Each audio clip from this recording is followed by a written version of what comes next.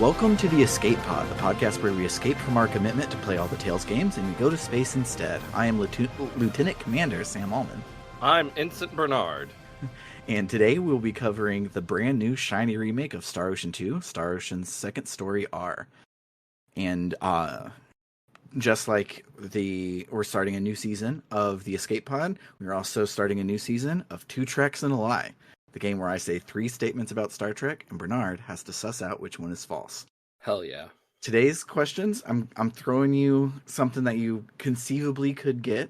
It is all about the galaxy's favorite lady killer, Admiral James T. Kirk. All right. So, the 3 statements are as follows.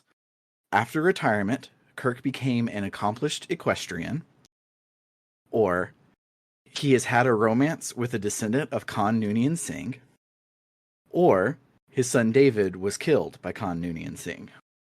His son David... No, wait. I was going to say his son David was killed by that one guy in the episode, The Conscience of the King, but I think that was actually his brother? Yes, that was Yeah. God, The Conscience of the King is a good episode. It really, really is. When I was watching the episodes and I saw the description of the next one, it was like, there's some guy in a Shakespeare troupe. I was like, oh, here we go. But no, that episode fucking rules. Yeah. All of these sound quite plausible. Mm-hmm. It's been so long since I've seen Wrath of Khan. I don't particularly remember it. So I don't remember if that happens in that. I'm still gonna say the last one I don't think is true. You got it correct. So David was reunited with Kirk during the events of Wrath of Khan, but David dies early on in the next movie, The Search for Spock, at the hands of Krug, which is Christopher Lloyd's Klingon character. Okay. So it happens closely in time, but it's not Khan that does it. But yeah, some Strange New Worlds backstory for you is Khan's hundreds of years granddaughter at work serves on the Enterprise about 10 years before Khan hates everyone on the Enterprise. And it's kind of awesome. And then, when he retired in Star Trek Generations, he is not just he has a horse. It shows he has trophies and plaques and ribbons. He competed. He was an equestrian, not just I got a horse in my retirement. What did Picard do after he retired? Didn't he he bought his family's winery? Yeah, he bought his family's vineyard and opened it back up. I mean, he is French. Yeah, and also in the most Jean-Luc Picard sort of thing is basically everyone in the galaxy turned on the Romulans a lot, and Kirk is like, aren't we supposed to like everybody? And they're like, yeah, but we're at war. And he's like, well, fuck that shit. And so he has all of the people that work for him are Romulans, Romulan refugees, because Picard is really cool like that. Cool. Well, a lot of people didn't like the Picard first 2 seasons, but I absolutely loved every single second of the entire show. Nice. So, but with that, let's listen to some of the Star Ocean 2 music, and then we'll talk about the plot for this week.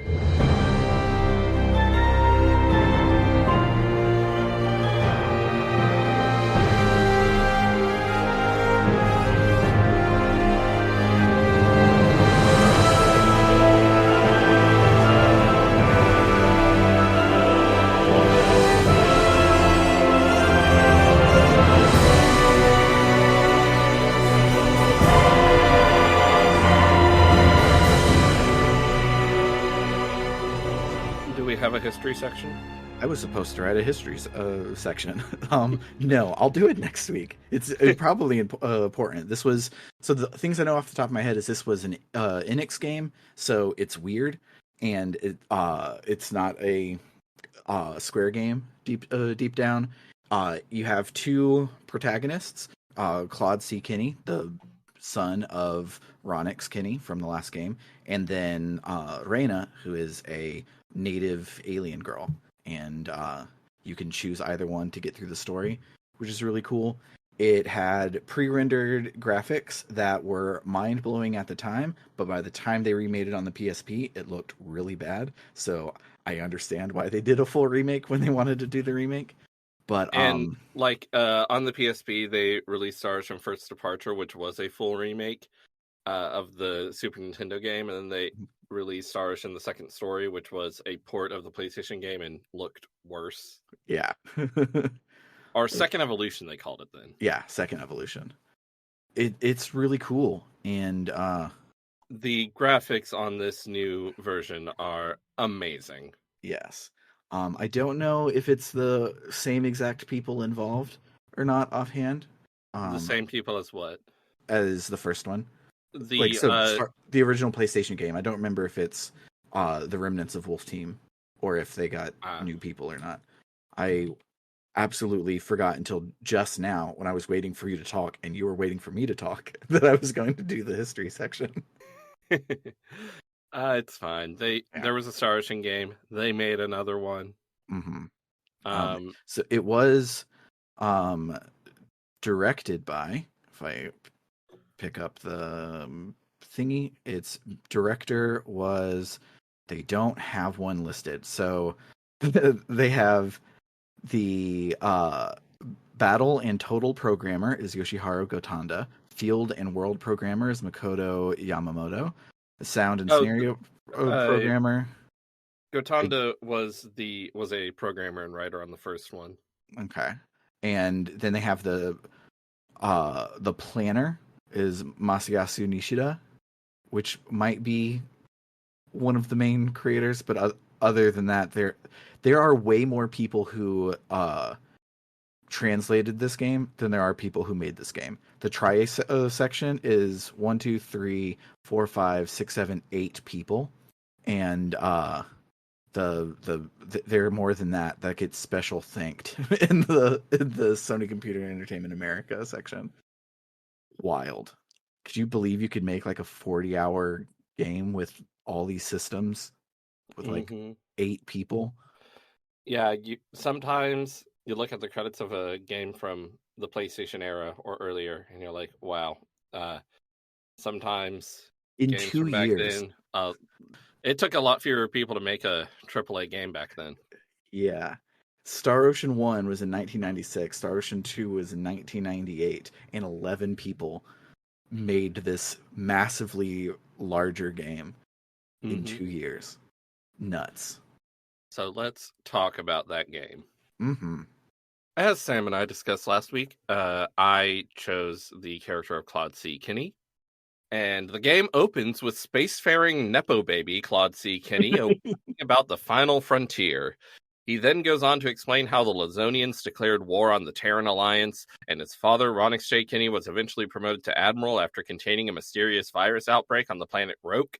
And Ronix also stopped the tyrant G.A. Revorce from conquering Earth. The plot points sure do sound random and unrelated when you just shotgun blast them at us like that. Absolutely. It like those are all related, but the way he says it, it's just like, and then this happened, and then this happened, and I'm like, okay. Admiral Ronix J. Kinney and Ensign Claude C. Kinney step onto the barren, stormy planet of Milokenia with some red shirts who provide some technobabble about the strange readings which lead them there.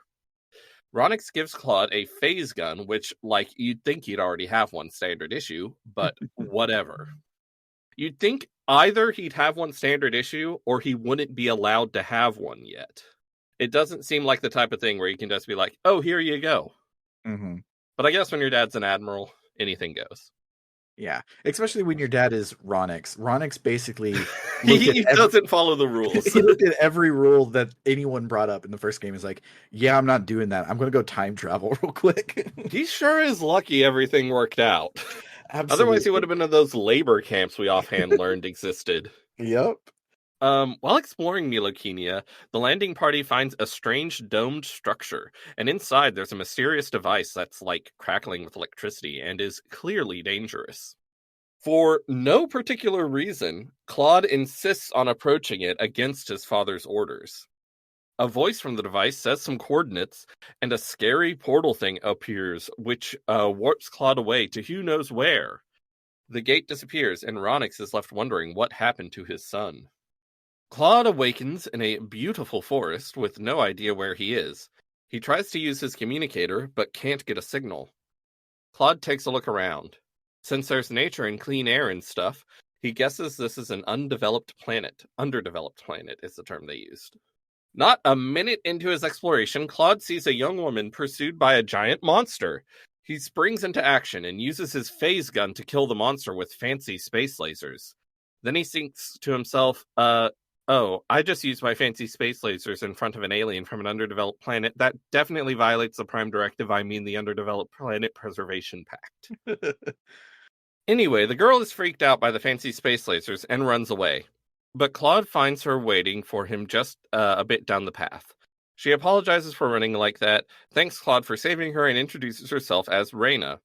Claude tries to ask where he is in a normal, unsuspicious way.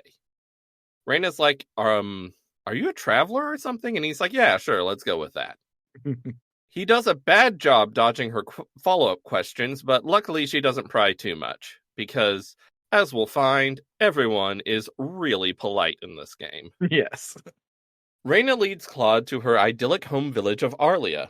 Claude comments on how clean the air is, and Reyna's like, what? Can air be dirty? And I'm like, oh man, must be nice. Anyway, Right. Reyna vaguely says she's going to do something at her house, so Claude should take a look around the village in the meantime. Claude chats with the people of the village, but doesn't get any leads on how to get back home or contact his people. He does get some vague foreshadowing about a mysterious hero of light, and strange goings-on in the mining town to the north, though. Eventually, Claude wanders into Reyna's house, where Reyna is speaking with her mother, Westa. Westa's mouth looks weird when she talks. Is that just me? Or does Yeah, the mouth on her portrait look really weird? it looks very weird when she talks. It changed the art style from being just like generic anime on the PSP to this really, really cool, I love it. like sketchy comic book ish art style. It's really, really good, but it doesn't do the anime thing of, oh, the face is blank, so you can just animate the mouth and nothing else. So when they do that, it doesn't work in every case, and it does not really work for Westa. I think for most characters it works well enough, but with Westa it looks weird for some reason. But yeah, I really like the art style of the new portraits. I went into the menu and looked at the old portraits, and I was like, wow, the new ones are a lot better, in my opinion. Absolutely. Westa thanks Claude for saving her daughter. Reyna offers to show Claude around the village properly now, which means you can wander around and talk to everyone again, but with different dialogue this time. Nice. Eventually, they return to Reyna's house and find that Westa has prepared an insane amount of food to thank Claude. Reyna's embarrassed, but Claude, like any good JRPG protagonist, is ready to eat. After the meal, Reyna steps out, and Westa casually calls Claude the hero with a capital H. Rather than just play it off like she meant a lowercase h hero, because, he did just save someone's life, and that is a normal thing to call someone who has done that, Westa freaks the fuck out about letting the secret slip. Reyna returns with Regis, the mayor of Arlia. Regis thanks Claude for saving Reyna, then grills him about this journey he's supposedly on. Regis says Claude has been lying, and that he's actually come from another world and must be the legendary hero of light. Regis says that it has been foretold that when the people of Expel face certain doom, a hero will appear in garbs of foreign make, and with his sword of light he will save us all. And Claude's like, huh? What? No, I'm not a hero of light. I'm normal, and I don't have a sword of light. Reyna says, yeah, no, those fancy space lasers, that's a sword of light. You must be the hero. Claude continues to deny that he's the hero, even though he does fit the prophecy exactly. He says he doesn't even know what's going on here. Regis is like, oh, well, I can tell you what's going on here. 3 months ago in the kingdom of El, a meteor crashed into the town of Aluria, because every in this game, every place in this game sounds the same, apparently. Expel, El, Aluria. Yep. Arlia. Everyone was like, wow, you don't see that every day, but otherwise, that's still a pretty normal thing to happen. Meteors are normal-ish. Mhm. But then cataclysms started happening. Hordes of monsters devastated the kingdom of El. Earthquakes are becoming more common. Docile animals are going bonkers. It must have all been the meteor, which we now call the sorcery globe, a stone of pure demonic evil. You have to cut through the chaos and figure out what's going on with the sorcery globe. Claude continues to refuse the call because that's how these things go, right? Rena is quite upset and runs out of the house. Regis is like, she'll be fine. She was just fully invested in you fulfilling the prophecy of saving our doomed planet. By the way, stop using your fancy space lasers and acting like a space alien, since it'll just freak people out. Yep. Anyway, Regis says Claude can stay at his house until he figures out how to get back home. The next morning, Regis suggests Claude visit the mining town of Salva to the north. There's people from all over there, so maybe Claude can find a lead there. Regis also gives Claude a regular sword, so he can fight without his fancy space lasers, but we're still going to be bad and use the fancy space lasers, aren't we? Yeah. It's the only special move you get for like a hot minute. Yeah. Claude goes to Salva and talks to everyone. He hears rumors about the mayor, Bernard, being out of town and his son, Alan, acting strangely ever since finding a mysterious stone. However, Claude does not find any leads.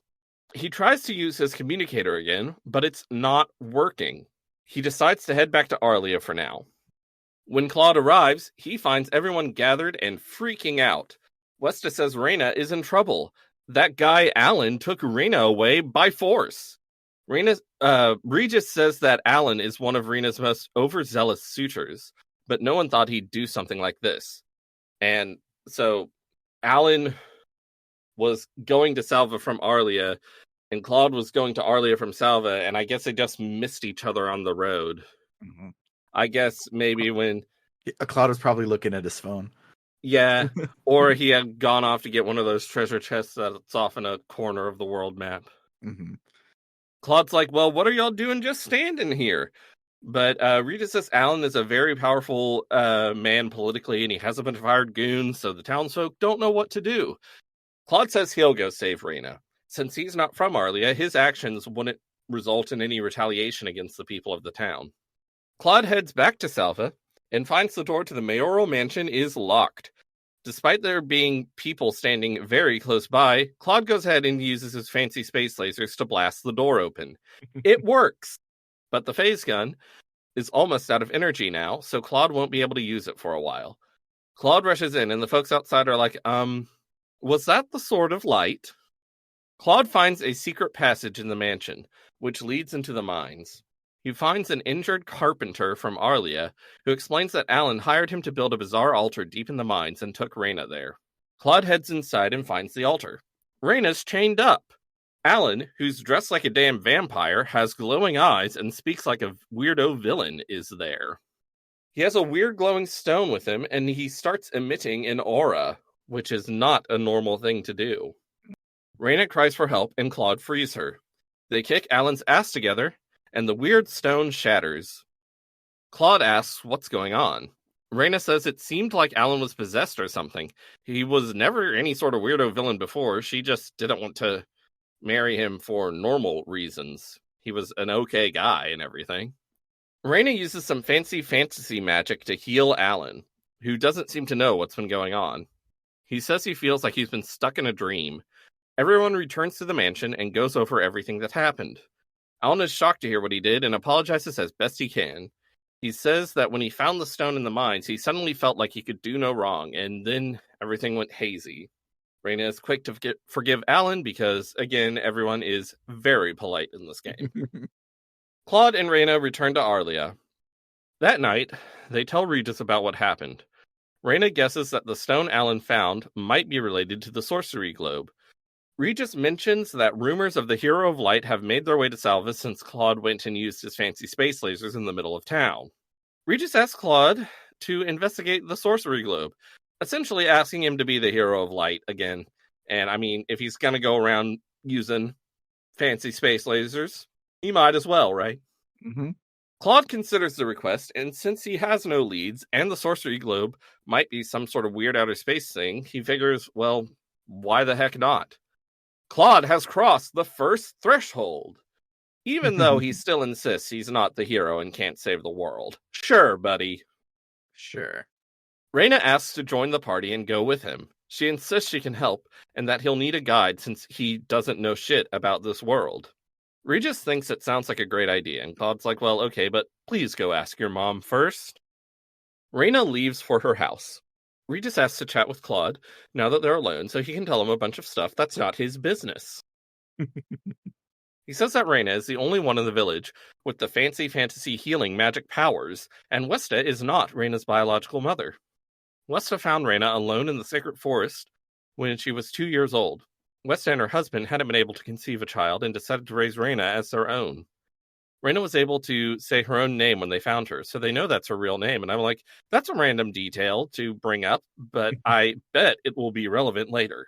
Regis says Reyna doesn't know she's adopted, and I'm like, pretty weird to tell Claude all that when she doesn't know it herself.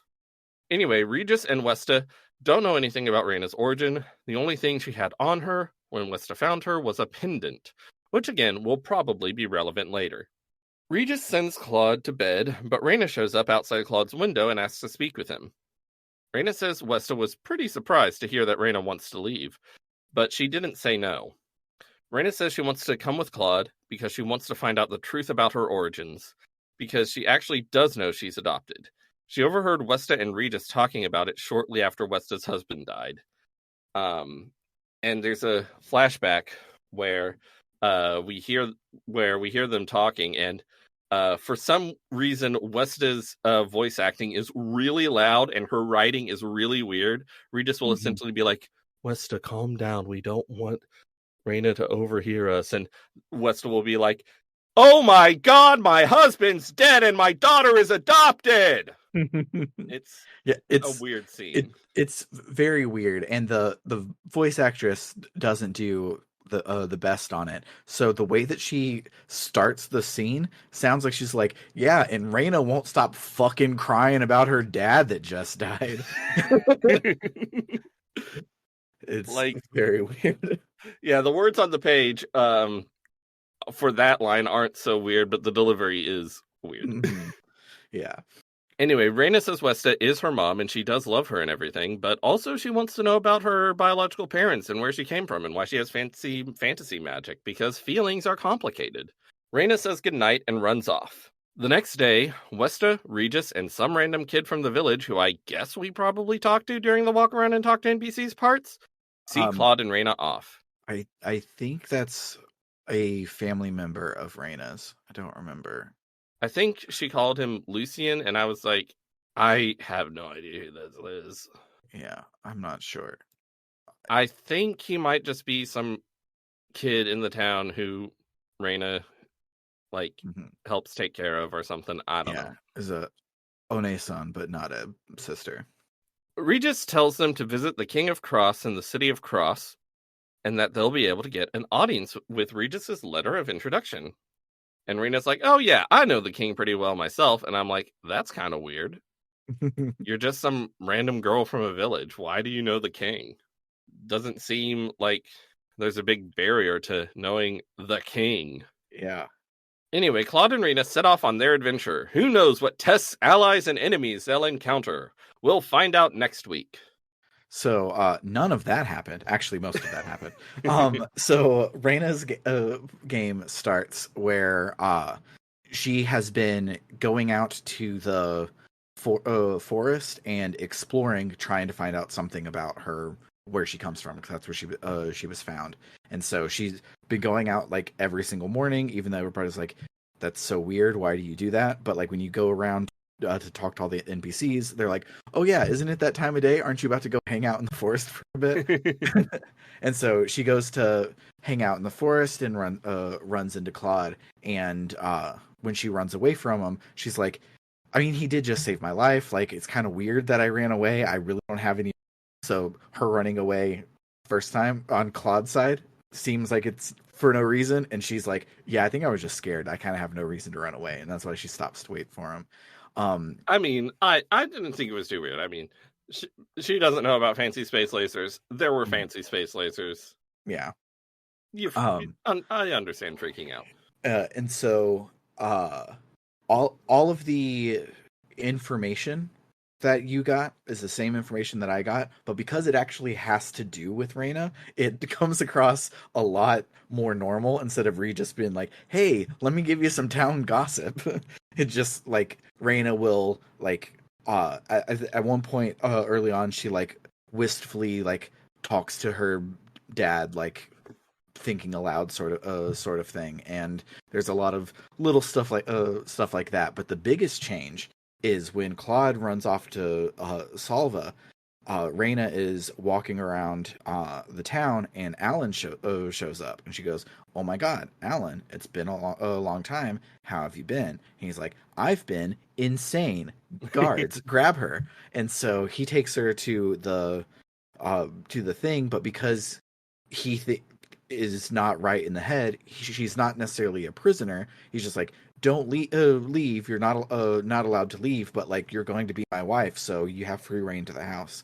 And Raina's like, fuck this shit. I'm getting out of here. And she finds a hidden passageway in Alan's study that leads down into the mines. And so she's trying to escape. And as she's trying to escape, she stumbles into the chapel. And Alan's like, oh, I wasn't quite ready for you yet, but I I guess this is fine, and grabs her and puts her on the thing right as Claude shows up. So Okay. she has a lot of like agency, and it doesn't really seem like she would when you're playing as Claude, but as Reina, like she's the one that decides of a good chunk of everything that happens, which is Uh, really cool. okay, yeah. When I was playing as Claude, I was like, so I wonder what you actually get to do as Reina, because it sort of seems like she just gets captured and then is chained up on the altar. And so, do you get to do a dungeon? Yeah, Sounds like you do. yeah, it's a good dungeon too. Yeah, I like it.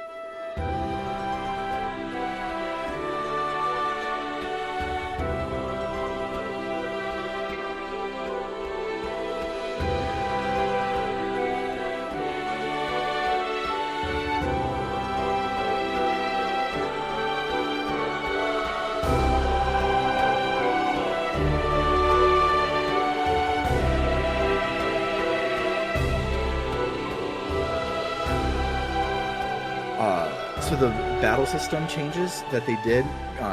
The the last game you played is the literal Star Ocean 2 battle system. So you even having not played Star Ocean 2, you can compare the two.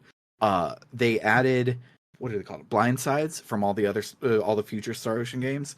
They added those, which are really cool and kind of hard to pull off, but cool when you get them pulled off. And then they have orbs that you get when you do good in battle.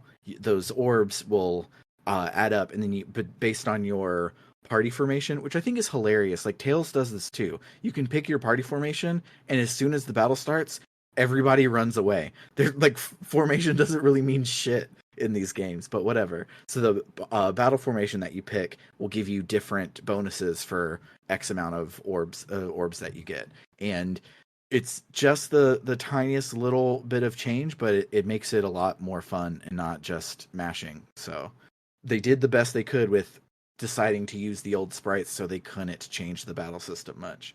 Mm-hmm. And I like that a lot. I like how when you do the perfect counter or whatever, Claude zooms behind the person and does an attack. It's fun. Mm-hmm.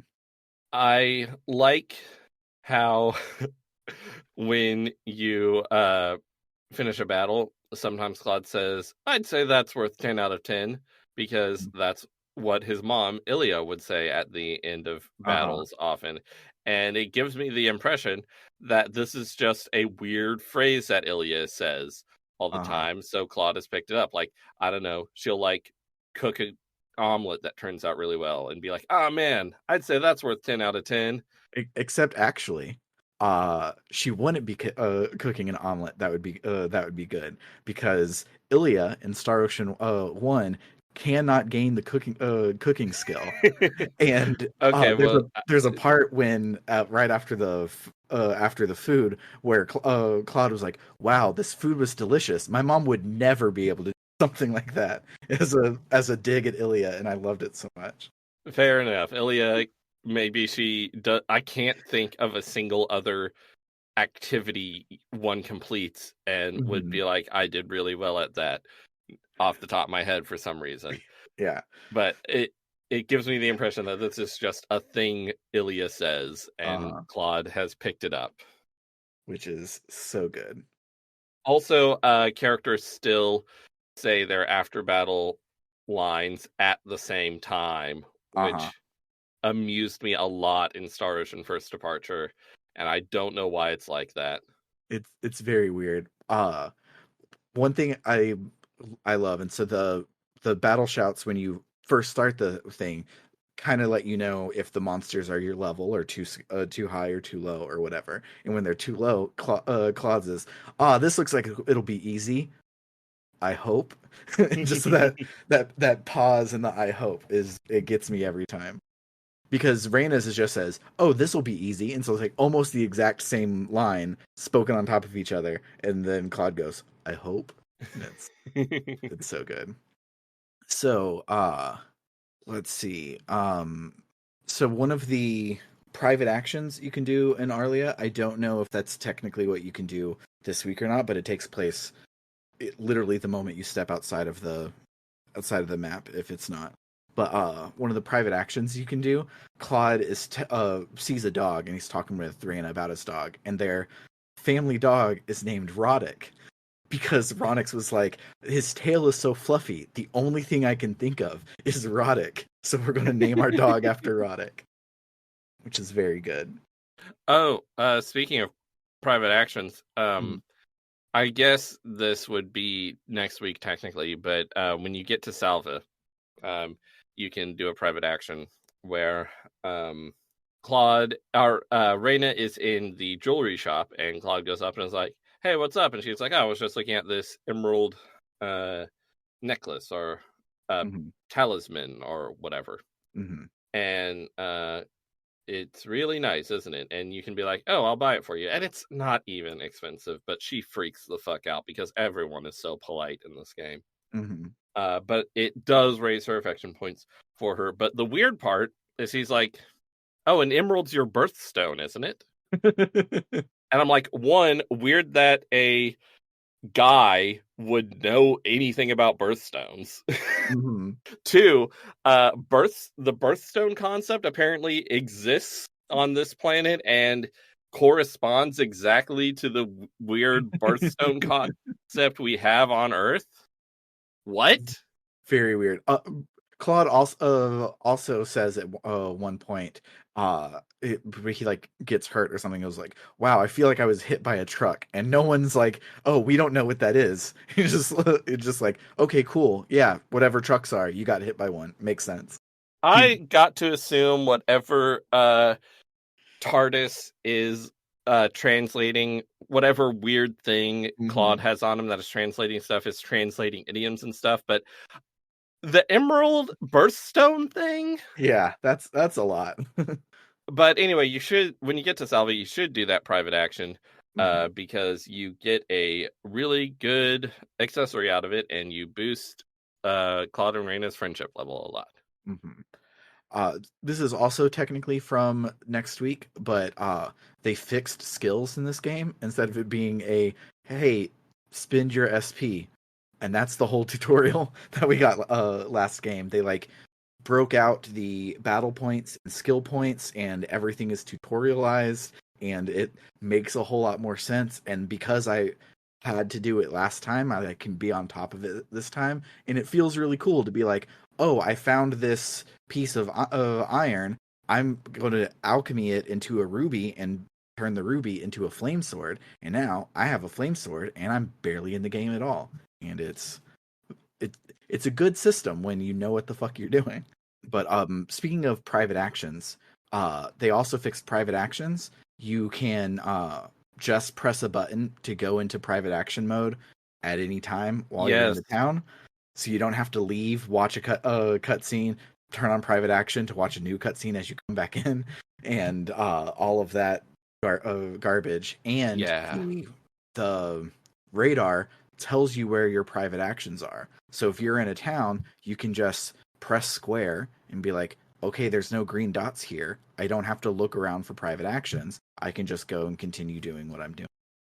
And it's very cool. Yeah, I didn't do many private actions in First Departure because it was so annoying. Hmm. But it's like painless this time. I didn't think I would do too many of them either, because the only one I did was I went to do uh, all the ones with Ashley, because Ashley teaches Roddick his ultimate special move, and that's the only reason that I did his.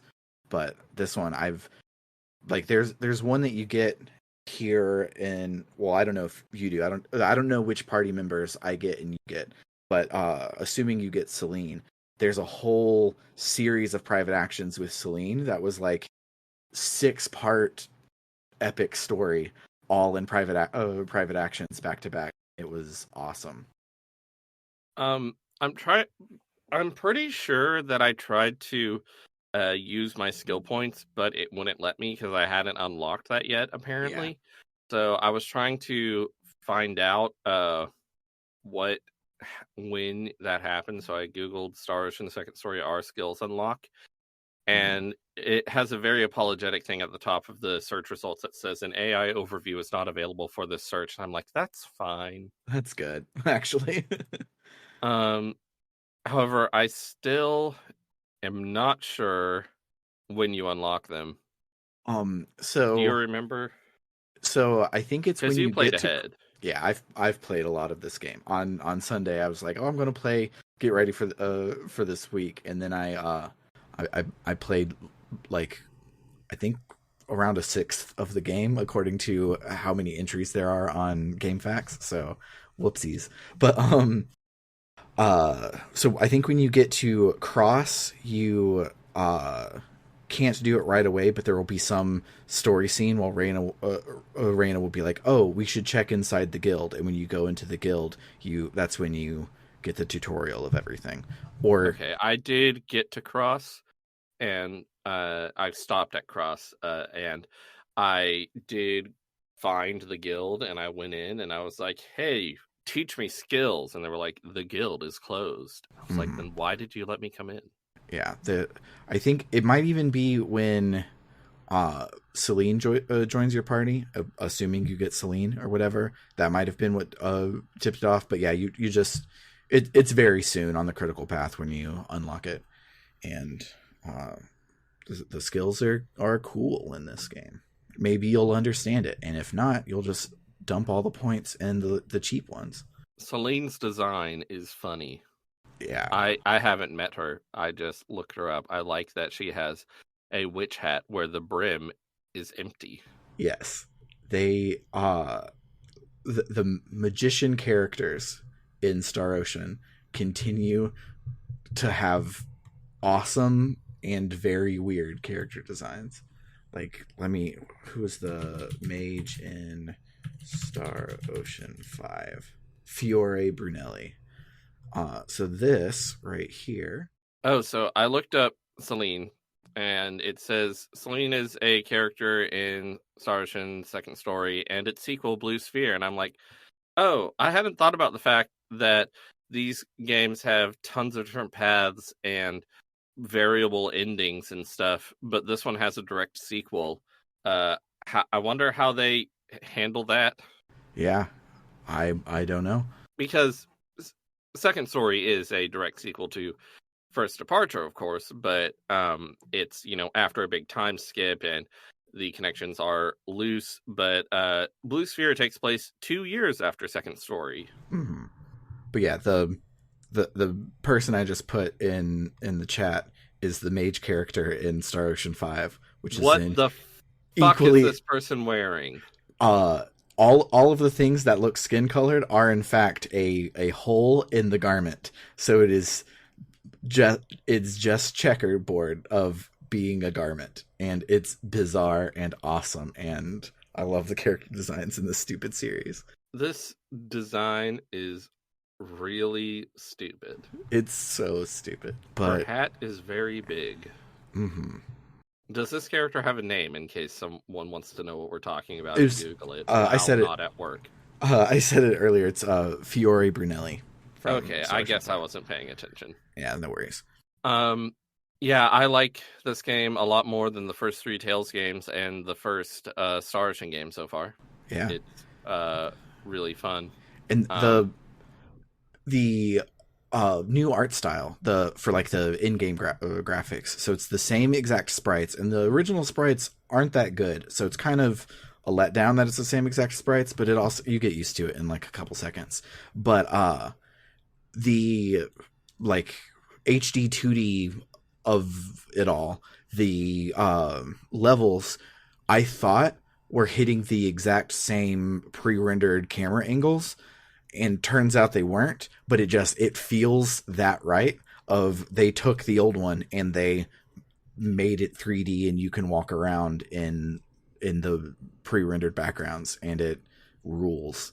It is such a good thing, because like they didn't go for like realism, and they didn't go for pixels. They went for like turn of the century chunky ass CG, and it's good. It's very good. The world map in concept in HD is just as weird in this game as it is in Bravely Default 2, though. It feels like those don't exist anymore, and so when you play a modern one, it's very odd. But you are cutting out so much. oh, I hope it's my network and not my thing. I didn't notice anything in the waveform. I didn't notice anything happening there, but I just can't hear you a lot of the time. So weird. I hope you're not saying anything interesting. Oh, definitely not. But yeah, this game rules, and I am loving the fact that I get to play it a lot. So I'm going to go do that, except I'm really behind in Persona 3, so I'm actually going to go play Persona 3. But in theory, I'm going to go back and play a lot more Star Ocean after this. But that will do it for the week. Thanks to all of you for supporting us here on www.rpgbook.club. We couldn't do this without you. Shoutouts to our gadabouts who donate $1 or more a month to come and see us on this feed. Shoutouts to our warriors who pay $5 or more a month to get me to say their names like this. Shoutouts to Cerebral Wind, It's Clear Time, Frost Terror, Dragon Slayer 19, Floris, Kildron, Freddy Rodriguez, Aaron524, and JFO Prime. And then finally, shout out to our luminaries who pay $20 or more a month to make me say specific stuff like this. Shouts to El Tantavi, who wants you to check out aftermath.site, a worker-owned, reader-supported news site covering video games, the internet, and the cultures that surround them. Shouts to Vimke, who wants you to play The Legend of Legaia, and if you want, you can also read the light novel adaptation, which is a quick and breezy 269 pages. I don't know if it has a fan translation or not. It has extensive coverage on the Legaia wiki, so I'm guessing it does, but who knows? I didn't Google that far. Vimke doesn't pay me to Google extensively. He pays me to look up the first thing I find on Google, and I'm running out of things to find on Google. And then also shout outs to Carr, who is a dentist, so he isn't shouting out a URL, but rather your own mouth, and he says to brush your teeth twice a day, most importantly the time right before you go to bed. For the Escape Pod, I have been Sam. I'm Bernard. I couldn't hear like 75% of the outro, so I'm just going to imagine you said everything. I was watching the waveform, and so at least the backup thing recorded everything. So hopefully we're good, and I don't have to come in and post and read this out again. So see you in the stars.